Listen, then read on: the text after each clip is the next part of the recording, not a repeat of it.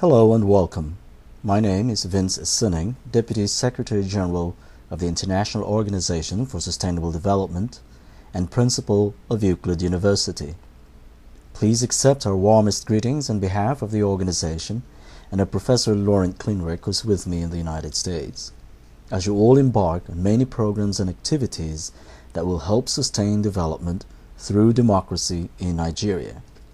In this workshop, we focus on electoral reform agenda, specifically on electoral transparency and international credibility. In my message today, I will outline some key issues on conducting credible elections and drawing from the electoral experiences of other nations. Election is a very expensive operation.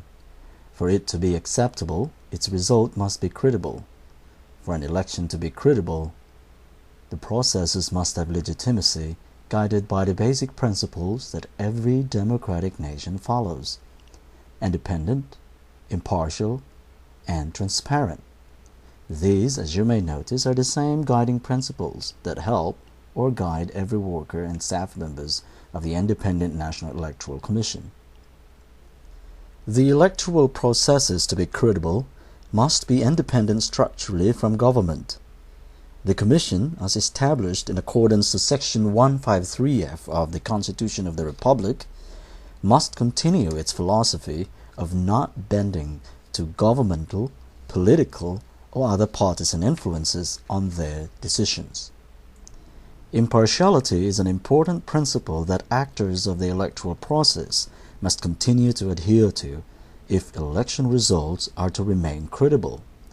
From the top executives down to the staff members that run the process, they must treat all election participants fairly without giving advantage to any political tendency or interest group. The Commission may comprise representatives of various political parties, but the functions carried out by its staff members and all workers must be performed in a politically neutral and impartial manner. And for the Commission to be effective, including all those who are involved in the process, it must not only be impartial, but capable of operating in a political environment. On transparency, the electoral processes, operational and financial, must be open at all stages. By being transparent, it makes way for an accountable administration and one that promotes trust in the electoral process. Participants, then, whether political candidates or voters, must be able to judge if decisions taken by the administration are appropriate. Transparent procedures limit the possibility of electoral fraud and favoritism towards particular political tendencies. A credible election is also guided by the following issues: credible candidates, credible information prior to elections, credible oversight, and credible count of ballots. By credible candidates, we mean a variety of political parties with sound funding and wide participation. By credible information prior to elections, we mean elections must be announced in ways that all voters are informed. Impartial information about the candidates must be available for people to read or review. By credible oversight, we mean allowing international or local observers. The overall result of an election can only be legitimate if the candidates and participants of the process accept it as legitimate and binding procedures. If the officials question it, the public will question it too. Drawing from the electoral experiences of other nations, we continue to face many challenges around the world. Let me mention a few. In the United States, we encountered problems in counting the ballots before, as we are all familiar on what we call chance. We also have controversies over current electronic software called the black box that many states have opted to use the paper ballot. In the European Union, in the EU Parliament in particular, one may notice the low turnout, showing not enough interest in the process. In some democratic, popular, and socialist republics, we notice that there are some that have no real variety of candidates. Other states show a sign of imbalance. candidates winning by 99% of the votes. Others lack local credibility due to foreign or international interference. Euclid University and the International Organization for Sustainable Development will continue to extend its services in providing training and education to sustain development through democracy in Nigeria and in the region as a whole. IOSD, along with many other regional and international organizations such as IDEA.ent, ACE.org, IFES.org, among others, believe in the following capacity development components. Training programs to strengthen the professional capacity of the Commission staff members, targeted assistance activities that help the Commission and all the people involved in the process develop or strengthen policies and legislation frameworks.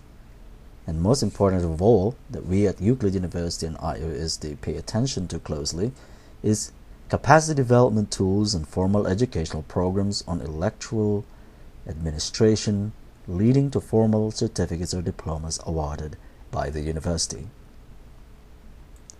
Before I conclude my message, let me take this opportunity to invite the government of Nigeria to join the Euclid University Educational Framework. By joining, we will be able to provide scholarships to officials and staff members and the general public in pursuing graduate studies.